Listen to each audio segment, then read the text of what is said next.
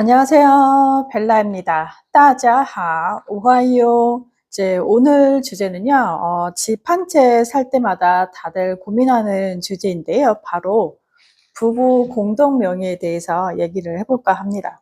이제 공동 명의 하면 보통 세금이 줄어든다 하더라 이렇게 얘기를 많이 들어보셨을 텐데요. 이제 실제로는 취득세랑 양도소득세랑 종합부동산세가 이제 각각 다르게 적용이 되는데요. 그래서 오늘은 최신 정보로 2026년도에 최근 세금 기준으로 부부 공동 명의에 대해서 장단점과 세금 계산법까지 자세하게 알려드리도록 하겠습니다. 이제 부부 공동 명의란 이제 어떤 거를 얘기하는 걸까요? 이제 첫 번째는요, 부부 공동 명의는 주택이나 토지 같은 이제 부동산을 구매를 할 때 등기부 등본상의 소유자를 부부 두 사람으로 지정을 하는 건데요. 이제 이거를 이제 지분 형태로 나눌 수가 있는 거거든요.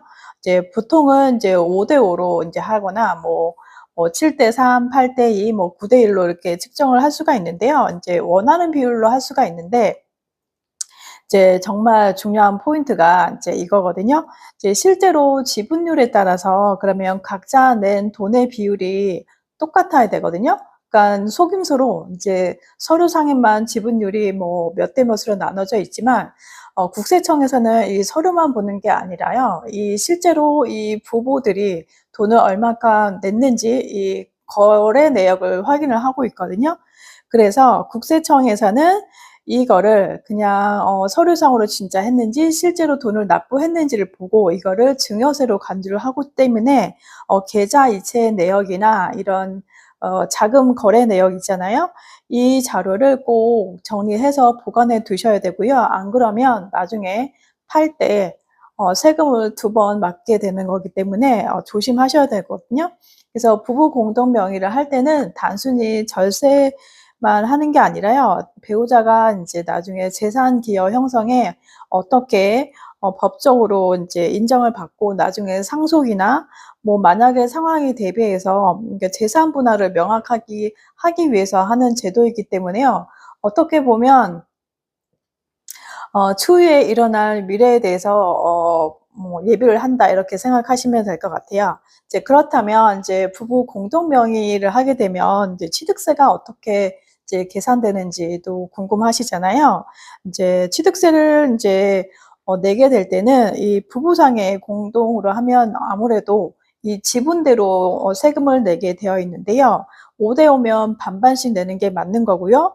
그리고 전체 세액 자체는 단독 명의로 살 때랑 동의한데 인제 문제는 이 주택 가격이에요. 주택 가격이 6억의 기준으로 인해서 6억을 초과하느냐 안 하느냐 그리고 9억을 초과하느냐 이렇게 되는데요. 6억 정도 되면 보통 1%가 되고요. 6억에서 9억 정도 되면 1%에서 3% 정도 그 사이가 될 거고, 만약에 9억을 초과하는 그런 주택이라고 하면 이제 부동산이라고 하면 3% 이상이 초과가 되는 건데, 이제 이것만 내는 게 아니고요. 그 세금 안에는 또 지방교육세랑 그리고 또 농어촌 특별세가 붙어 있거든요. 그리고 전용 면적이 85제곱미터가 넘게 되면 이제 별도의 세금이 부과한다는 점 이제 잊지 마시고요.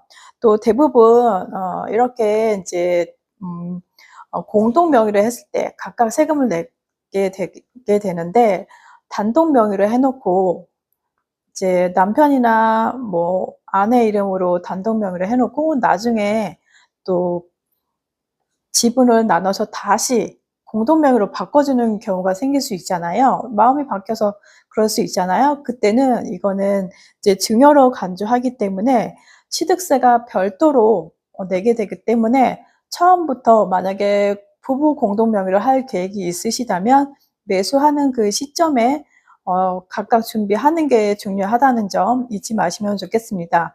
안 그러면 세금을 이제 취득세를 2번 내야 되는 점이 발생을 하는 거고요. 그렇게 되면 이제 부부 공동 명의를 하게 되면 보통 세금을 아낀다고 얘기하잖아요. 이제 어떨 때 효과가 나타나느냐, 이제 이게 가장 중요한 포인트가 되겠죠. 이제 양도소득세가 가장 이제 절세 효과가 나타나는 건데요.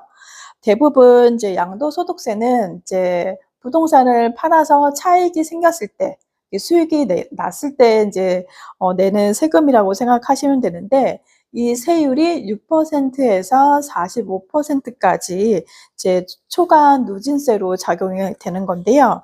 이제 많이 벌면 벌수록 차익이 클수록 누진세율이 높아진다는 점 잊지 않으시면 좋겠고요. 이제 만약에 단독명의라고 하면 한 사람이 그냥 오로지 내야 되는 거고요. 만약에 이제 부부 공동 명의를 했을 때 그 지분만큼 양도차익세도 이제 각각 세금을 내야 되는 형태가 되는 거거든요. 이제 양도소득세는 이제 무조건 100%만 내는 게 아니라 만약에 부부 공동 명의를 했을 때 부부다 한 사람당 1년에 250만 원씩 공제가 되기 때문에요. 250만 원을 빼고 이제 세금 계산이 된다는 점, 지분에 따라서 이제 계산이 되는 건데요. 만약에 이제 또 변수가 또 생길 수 있잖아요. 이제 주의할 점이 있는데요. 배우자한테 이제 지분을 증여를 했어요. 이제 공동 명의를 했는데 또 5년 안에 또 팔 수도 있는 거잖아요. 상황이 바뀌어가지고. 근데 그때 되면 또 2월 과세라는 제도가 있어요. 이제 2월 과세라는 제도가 있어서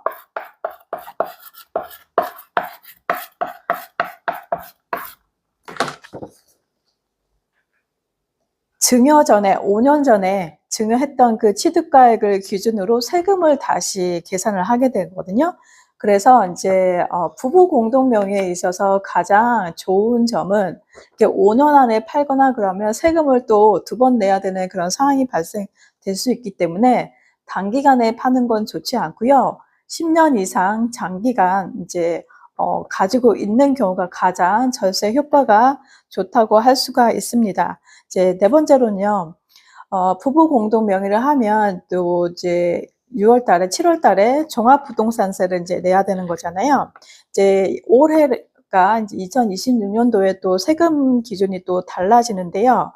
이제 보통 이 종합부동산세는 6월 1일 기준으로 세금이 이제 합산되는 건데 종부세는 원칙적으로 개별 과세이거든요. 그러니까 본인 명의대로 이제 개별적으로 이제 하는 건데 나중에 이제 부부 공동 명의를 하게 되면 기본적으로 공제되는 금액을 제외하고 이제 세금을 내는 거기 때문에 조금 줄어드는 경향이 있고요. 여기에 대해서 이제 또 지분이 더 큰 배우자 같은 경우는 단독 소유자로 보는 특례를 신청할 수도 있어서 예전에 이제 공동 명의로 각자 공제를 받았을 경우와 단독 명의로 해서 또 1주택 공제받는 그런 방법이 또 있기 때문에 비교를 해 보셔 가지고 어떻게 하면 이제 유리한지 그런 걸 예측해서 이제 구매를 하시면 좋겠고요. 이제 부부 공동 명의를 한다는 거는 또 뭐 부동산 가격이 조금 큰 경우나 해당되지 6억 이하는 저는 의미가 없다고 보거든요.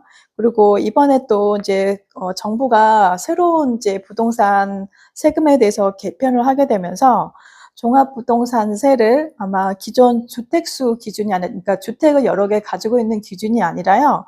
주택가액 기준으로 이제 산정된다고 이제 바뀌었다고 이제 발표가 됐는데 저는 이 의견에 대해서 되게 전적으로 동의를 하고요. 지방에 열채 있는 거랑 서울에 강남에 한 채 있는 거랑 세금이 완전 다르다고 저는 보거든요. 그러니까 무조건 많이 가지고 있는다고 해서 세금을 많이 매기는 거는 저는 옳지 않다고 생각하고요. 그 주택 기준이 그 부동산이 얼마나 가치가 있느냐 그거에 따라서 세금을 매겨야 된다고 저는 생각하고 있습니다. 그래서요. 이게 1세대 1주택 기본 공제도 실거주면 실거주하시는 분들은 14억 정도를 공제해 주고요. 만약에 거주하고 있지 않다. 그러면 9억 정도로 간주를 해서 이제 주택가의 기준으로 세금을 이제 매긴다는 내용이 담겨져 있고요.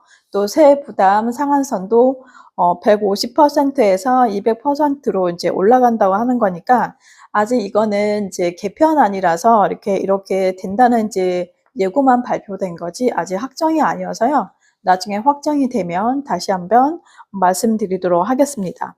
이제 이렇게 이제 부부 공동 명의를 하게 되면요. 또 유의할 사항이 있어요. 이렇게 세금만 걱정할 게 아니라요. 실제로 이제 고가의 주택, 고가의 이제 부동산을 매수를 하게 될 때는 그러니까 지분율과 실제 자금 부담률을 실제로 이제 내가 납부할 수 있는 그 능력에 따라서 하기 때문에 그 거래 내역이 있어야 된다고 했잖아요.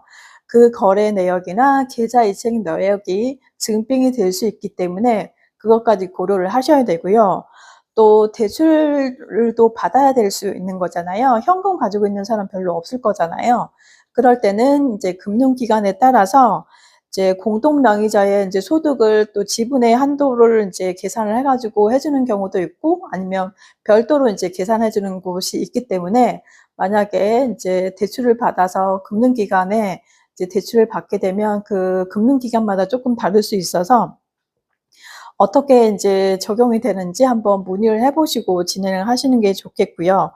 또 인제 앞서 말씀드린 것처럼 배우자 간의 지분 증여 후에 이제 일정 기간 안에 매도를 하게 되면 2월 과세가 돼서 또 따로 이제 세금이 또 나간다는 점 기억해 주시고, 또 결국은 부부 공동 명의라는 게 인제 세금만 뭐 양도소득세 하나만 보고 인제 할 게 아니라서요.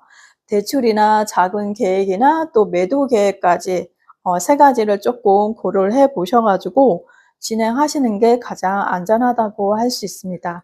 이제 오늘은 이제 부부 공동 명의에 대해서 인제 정확한 개념과 뭐 취득세, 그리고 종합부동산세, 양도소득세, 그리고 인제 올해 2026년도 부동산 세제 개편안까지 인제 말씀을 드렸는데요.